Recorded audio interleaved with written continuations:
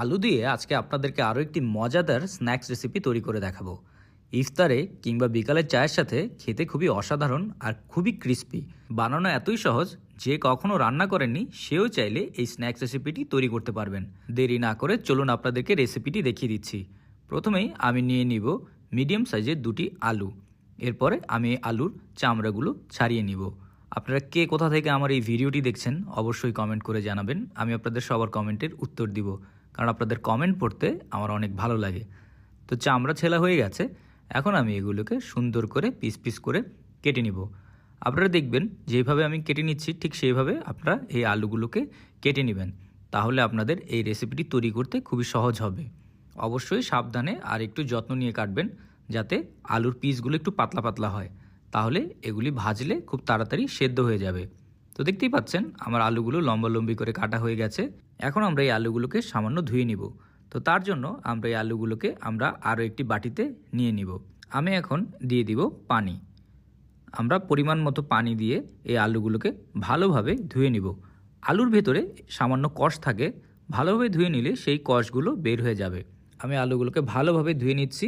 এরপর এই আলুকে আমরা এই পানির ভিতরে ভিজিয়ে রাখব 10 মিনিটের মতো।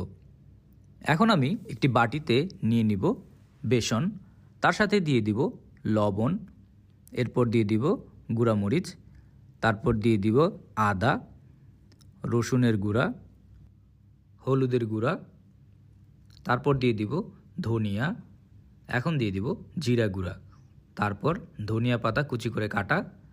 এরপর আমি দিয়ে দিব পানি।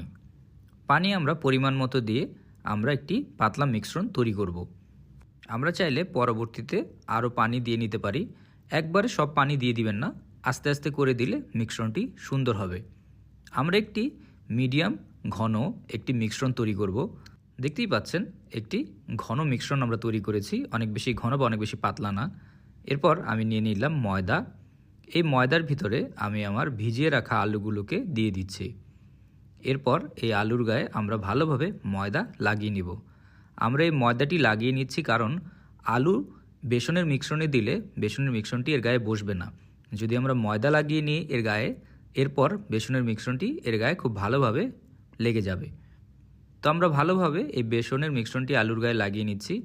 এরপর আমি মিডিয়াম গরম তেলের উপর ছেড়ে দিব। সবগুলোকে আমরা আস্তে আস্তে করে মিডিয়াম গরম তেলে ছেড়ে দিব। আর আপনি যদি এই মিডিয়াম গরম তেলের জায়গায় অনেক বেশি গরম তেল ব্যবহার করেন তাহলে আলুগুলো পুড়ে যেতে পারে। তো মিডিয়াম গরম তেলে আমরা আস্তে আস্তে করে ভাজবো যতক্ষণ পর্যন্ত এদের গায়ের রং গোল্ডেন ব্রাউন কালার না হয়ে যায়। 5-7 মিনিট ভাজার পরেই দেখবেন এদের গায়ের রং গোল্ডেন ব্রাউন কালার হয়ে যাবে। তখন বুঝতে হবে আমাদের ভাজা হয়ে গেছে, আমরা এগুলোকে তুলে ফেলবো। তো দেখতেই পাচ্ছেন কি সুন্দর আমরা আলুর ফ্রাই তৈরি করে ফেললাম ঘরে খুব সহজে আর খুব অল্প সময়ে। এরকম মজার মজার রেসিপি পাওয়ার জন্য টোস্টেড বাংলা পেজকে অবশ্যই ফলো করবেন। ভিডিওটি যদি আপনাদের ভালো লেগে থাকে একটি লাইক অ্যান্ড শেয়ার করতে ভুলবেন না। সবাই ভালো থাকবেন, সুস্থ থাকবেন, আর অবশ্যই মজাদার খাবার ঘরে তৈরি করে খাবেন। আর কেউ যদি এই রেসিপিটি তৈরি করে থাকেন অবশ্যই কমেন্ট করে জানাবেন আপনার কেমন লাগলো।